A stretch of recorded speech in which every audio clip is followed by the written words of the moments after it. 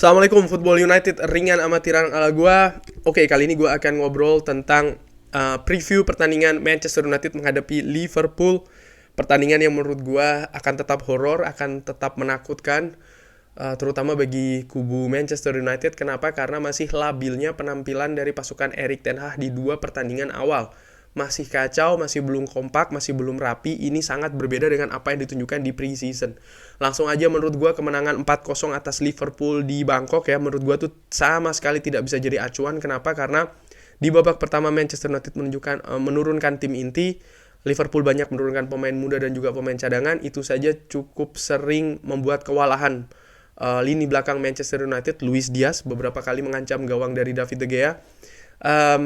Beruntung pada saat itu Manchester United tampil lebih tajam di depan ya, tentu saja karena Liverpool gue lihat tampil tidak cukup rapi dan kompak.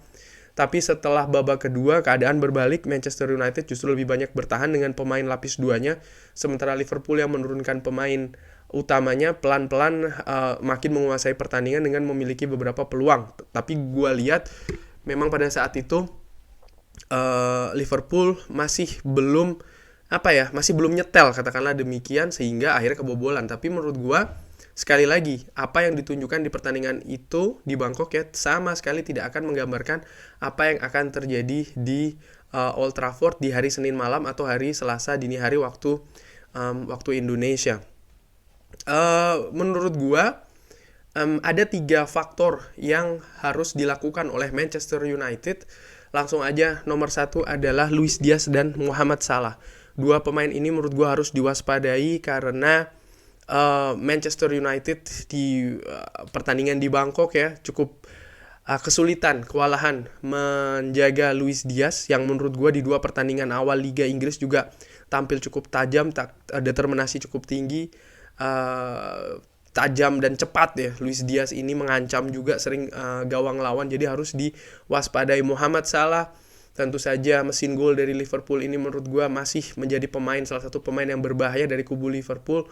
Oleh karena itulah harus diwaspadai betul dua pemain ini, Mohamed Salah dan juga Luis Diaz. Kalau Manchester United berhasil mematikan dua pemain ini ya dengan menjaga ketat, katakanlah ringan amatiran ala gue 50% dari hasil pertandingan sudah ada di tangan. Tinggal bagaimana bermain rapi, memanfaatkan peluang yang ada bagi Manchester United sehingga bisa mengkonversikan kemenangan.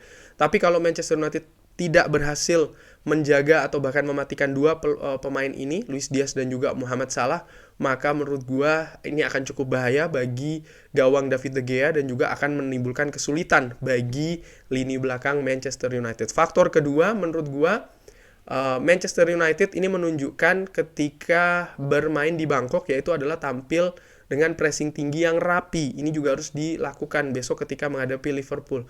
Artinya tidak secara individu ketika melakukan pressing ya, terutama ke pemain belakang dari Liverpool, tapi juga harus dilakukan dengan terstruktur dan rapi. Manchester United mampu melakukannya di Bangkok, cuman di 2 pertandingan awal Liga Inggris tidak berhasil melakukannya dengan konsisten. Nah, ini menurut gue salah satu pekerjaan yang harus diperbaiki oleh Erik ten Hag untuk pertandingan menghadapi Liverpool, karena menurut gue ringan amatiran pemain depan Manchester United, Bruno Fernandes, Jadon Sancho, Marcus Rashford, Anthony Martial kalau jadi diturunkan, ini punya kemampuan untuk melakukan pressing yang terstruktur. Cuman tinggal bagaimana mereka bisa melakukannya dengan baik ya dan juga dengan konsisten. Ini menurut gue salah satu kunci bermain rapi dan juga pressing tinggi. Lalu ketiga adalah bertahan dengan solid. Ini ditunjukkan sebenarnya di babak kedua di Bangkok, di mana Manchester United punya kemampuan untuk melakukan transisi yang cepat dari bertahan ke menyerang, juga memiliki kemampuan untuk bertahan yang rapi dan ketat. Cuman sekali lagi setelah Bangkok, Manchester United tidak pernah menunjukkannya, utamanya di 2 pertandingan Liga Inggris, di mana terlalu banyak kesalahan individu yang menurut gue ini harus dihindari ketika menghadapi Liverpool di hari Senin malam. Gue merefer artinya ke Bangkok ya, itu bukan berarti kita akan mengulang, enggak. Maksud gue begini, ada beberapa faktor kunci yang gue lihat di Bangkok itu sudah bisa dimainkan oleh Manchester United sekalipun yang dihadapi adalah Liverpool yang berbeda. Artinya ya babak pertama Liverpool yang lebih banyak pemain cadangan dan juga pemain muda ya kan. Tapi poin-poin kuncinya ada di sana. Cuman sayangnya Manchester United tidak bisa mengulanginya di 2 pertandingan awal Liga Inggris. Dan ini menurut gue harus diperbaiki lagi. Kalau seandainya Manchester United tidak bisa memperbaiki hal tersebut, maka jangan harap hal di Bangkok akan terulang, justru akan bisa lebih parah karena ya Liverpool dengan gegenpressingnya sudah terbukti selama beberapa pertandingan cukup efektif, cukup terstruktur, cukup rapi, cukup menakutkan bagaimana pemain-pemain depan dari Liverpool dan juga pemain tengah ketika melakukan pressing ya cukup presisi, cukup aktif, cukup rapi, sehingga sering bola itu diperoleh oleh pemain Liverpool untuk build up serangan dari kesalahan pemain lawan. Nah, bagaimana peluang dari Manchester United? Menurut gue cukup sulit pertandingan besok ini. Tentu saja bumbu dari demo akan mewarnai, mudah-mudahan tidak akan menunda pertandingan, ya ini ringan amatiran ala gue. Tapi mudah-mudahan pesan dari fans supporter Manchester United akan sampai di sana. Artinya stadion mudah-mudahan sebagian besar akan kosong, karena ini akan memberikan dalam tanda kutip tamparan betul ya kepada para manajemen, menunjukkan ya sikap dari supporter akamsi utamanya Manchester United di Manchester. Nah, ini adalah formasi. Gue akan membahas formasi, kemungkinan formasi ya. Tapi sebelumnya gue ingin memperlihatkan dulu, ini adalah formasi Manchester United ketika menghadapi Brighton. Bermain dengan 4-3-3, dikatakan demikian, dengan false 9. Dalot, Maguire, Martinez, Shaw, McTominay, Fred, Fernandes, Sancho, Eriksen, Rashford. Ketika menghadapi Brentford, lini belakang tetap sama, Shaw, Martinez, Maguire, Dalot, Fred, Eriksen, Sancho, Fernandes, Rashford, Cristiano Ronaldo dimainkan di depan. Nah, bagaimana untuk besok? Kalau gue perkirakan ya, ringan amatiran, nampaknya Erik ten Hag, gue tahu pasti Sobat Football United banyak yang nggak puas dengan Harry Maguire yang terus dimainkan oleh Erik ten Hag.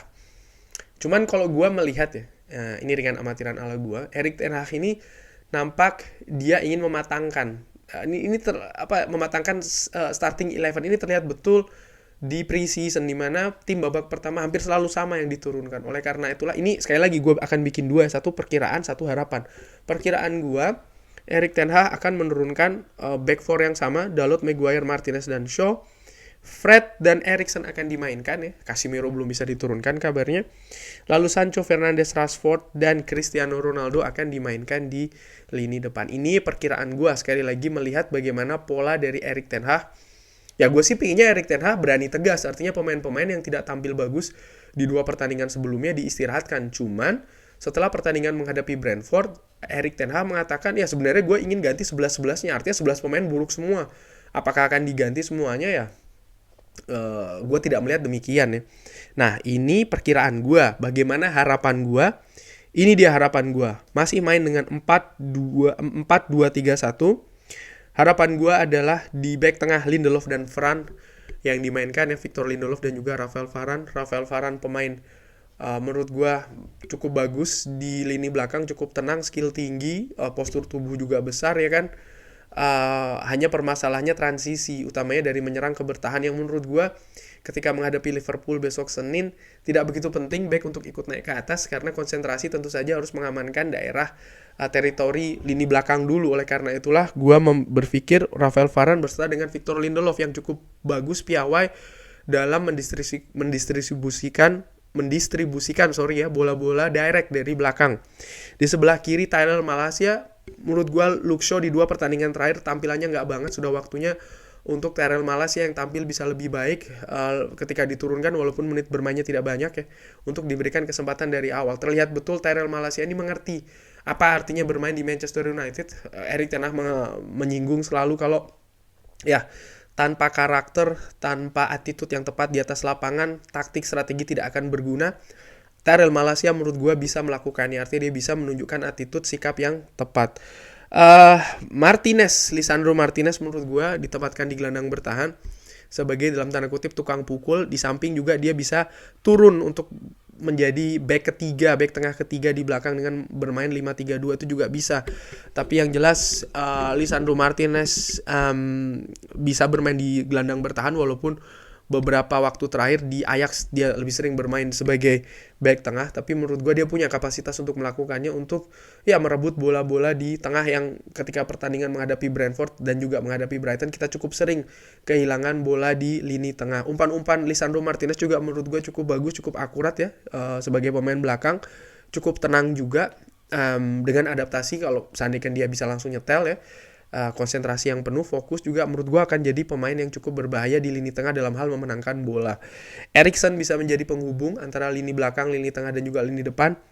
Dan Bruce Amara yang tidak pernah diturunkan setelah preseason menurut gue bisa dimainkan lagi. Kecepatan dari ketiga pemain Sancho, Rashford dan Martial dipadukan dengan visi umpan yang bagus dari Bruno Fernandes, menurut gue bisa dicoba ya.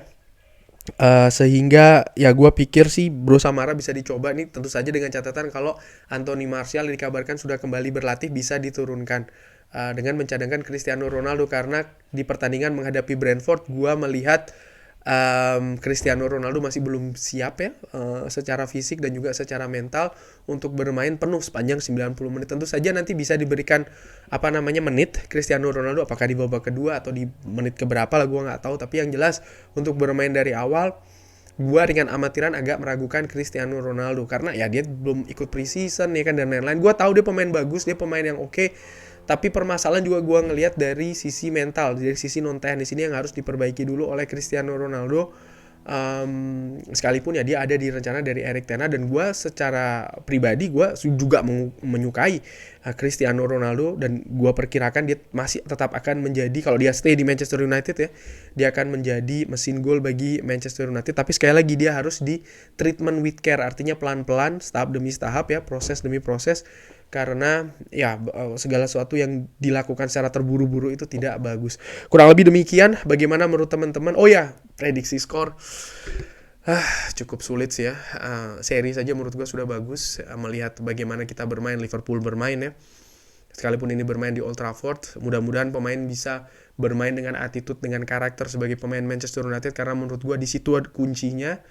Tanpa itu menurut gue sepakat dengan Erik ten Hag, strategi, sistem, formasi apapun itu tidak akan berguna, katakanlah demikian, di atas lapangan. Menurut gue sekali lagi seri saja sudah bagus, mungkin 1-1 ataupun 0-0.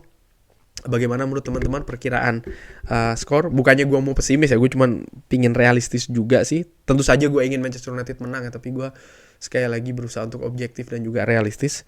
Bagaimana menurut teman-teman perkiraan skor, perkiraan formasi, apa yang diharapkan dari Erik ten Hag dalam formasinya? Drop di kolom komen. Terima kasih sudah menyaksikan. Jangan lupa like, sholat, dan juga subscribe. Wassalamualaikum warahmatullahi wabarakatuh.